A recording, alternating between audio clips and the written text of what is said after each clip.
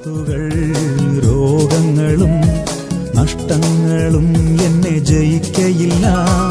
എന്റെ അധ്വാന ഫലം ഞാൻ തന്നെ അനുഭവിക്കും. എന്റെ അധ്വാന ഫലം ഞാൻ തന്നെ അനുഭവിക്കും.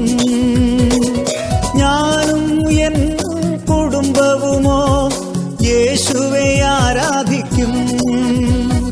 തൻ വചനം അനുസരിക്കും, മാതൃകയായി ജീവിക്കും. ഞാനും എൻ ദൈവവചന ചിന്തകൾ കേൾക്കുന്ന എല്ലാ മാന്യ ശ്രോതാക്കൾക്കും ക്രിസ്തീയ വന്ദനം. ഇയ്യോബിന്റെ പുസ്തകം 20-ാം അധ്യായം 19-ാം വാക്യത്തിൽ ദരിദ്രന്മാരെ കൊള്ളയടിക്കുന്ന ഒരു സമൂഹത്തെക്കുറിച്ച് ഓർമ്മപ്പെടുത്തിയിട്ടുണ്ട്. ഈ ലോകത്തിലേക്ക് നാം ഒന്ന് നോക്കുകയാണെങ്കിൽ ഉന്നതന്മാരും ബുദ്ധിമാന്മാരും കഴിവുള്ളവരുമൊക്കെ ഉപദ്രവിക്കുന്നതും കൊള്ളയടിക്കുന്നതും ആരെയാണെന്ന് ചോദിച്ചാൽ ബലമില്ലാത്തവരെയും കഴിവില്ലാത്തവരെയും ദരിദ്രന്മാരെയുമാണ് എന്നുള്ളതാണ് ഒരു യാഥാർത്ഥ്യമായ വസ്തുത എന്ന് പറയുന്നത്. എന്നാൽ മനുഷ്യൻ പാലിക്കേണ്ട നിയമങ്ങളെക്കുറിച്ച് വിശുദ്ധ ബൈബിൾ ഓർമ്മപ്പെടുത്തുന്ന പ്രമാണങ്ങൾ ലേവ്യ പുസ്തകത്തിൽ നാം കാണുമ്പോൾ 19-ാം അധ്യായത്തിൻ്റെ 13 മുതലുള്ളതായ വാക്യങ്ങൾ നോക്കിയാൽ, കൂട്ടുകാരനെ പീഡിപ്പിക്കരുത്, അവന്റെ വസ്തു കവർച്ച ചെയ്യുകയും അരുത്, കൂലിക്കാരന്റെ കൂലി പിറ്റേന്ന് രാവിലെ വരെ നിന്റെ പക്കൽ ഇരിക്കരുത്. ഓരോ ദിവസങ്ങളും കുടുംബം പോറ്റേണ്ടതിന് അവൻ അധ്വാനിച്ച് കയറി വരുമ്പോൾ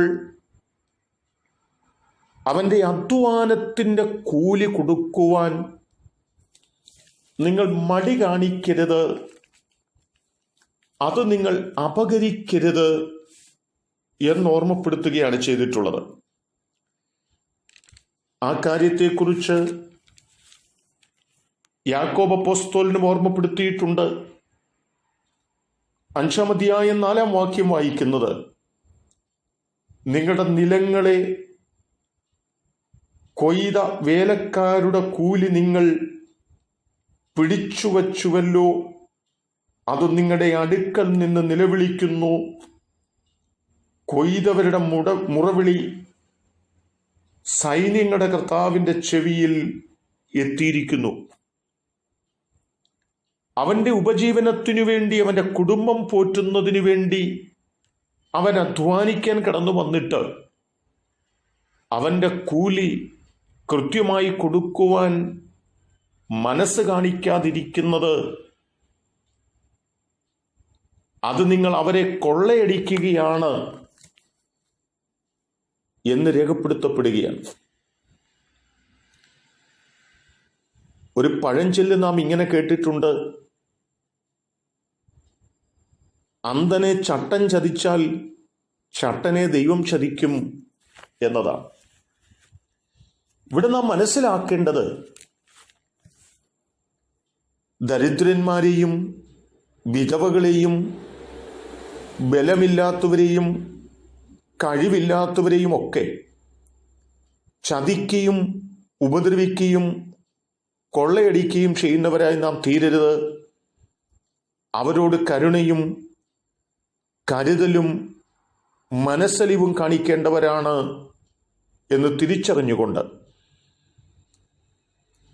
ആ നിലകളിൽ പ്രവർത്തിക്കേണ്ടതിന് നാം നമ്മെ സമർപ്പിക്കുന്നവരായി തീരാം. അതിനെൻ്റെ കേൾവിക്കാരായി നിങ്ങൾക്ക് എല്ലാവർക്കും ദൈവം കൃപ നൽകട്ടെ. കരുണയുള്ള ദൈവമേ, ഞങ്ങൾ ദരിദ്രന്മാരെ കൊള്ളയടിക്കുന്നവരായി തീരാതെ അവരെ സ്നേഹിക്കുന്നവരും അവർക്ക് ദാനം ചെയ്യുന്നവരുമായി തീരുവാൻ ഞങ്ങളെ സഹായിക്കണമേ. അത് ദൈവാനുഗ്രഹത്തിന് കാരണമെന്ന് തിരിച്ചറിഞ്ഞ് ജീവിപ്പാനും ഞങ്ങളെ സഹായിക്കണം. യേശു കർത്താവിൻ നാമത്തിൽ തന്നെ ആമേൻ.